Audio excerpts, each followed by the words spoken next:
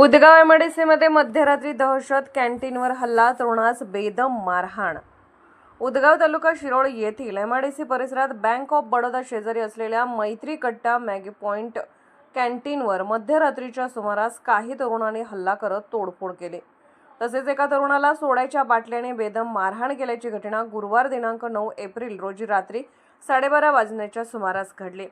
या प्रकरणी यश धोत्रे, सत्यम मचले, निखिल गाडीवडर, विशाल बनपट्टे, समीर यांच्यासह इतर 4 ते 5 अनोळखी व्यक्तींविरोधात जयसिंगपूर पोलीस ठाण्यात गुन्हा दाखल करण्यात आलाय।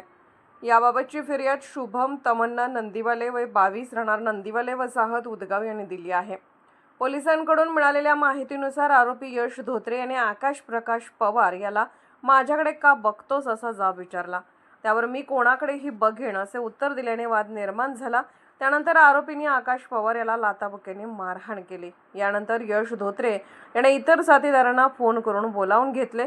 जमाव जमल्यानंतर सर्वांनी मिळून पुन्हा आकाश पवार याला मारहाण केली। तसेच कॅन्टीन समोरील सोड्याच्या बाटल्या उचलून त्याच्यावर फेकून मारल्या। यावेळी यश धोत्रे याने बाटली डोक्यात फोडल्याने आकाश पवार गंभीर जखमी झाला असून त्याच्या डोक्यातून, नाकातून, तोंडातून रक्तस्राव सुरू झाला। हल्लेखोरांनी नाटक केलंस तर ठार मारू अशी धमकी देत कॅन्टीनमध्ये घुसून किचन, काउंटर, टेबल, खुर्च्या व बॅनरची तोडफोड केली।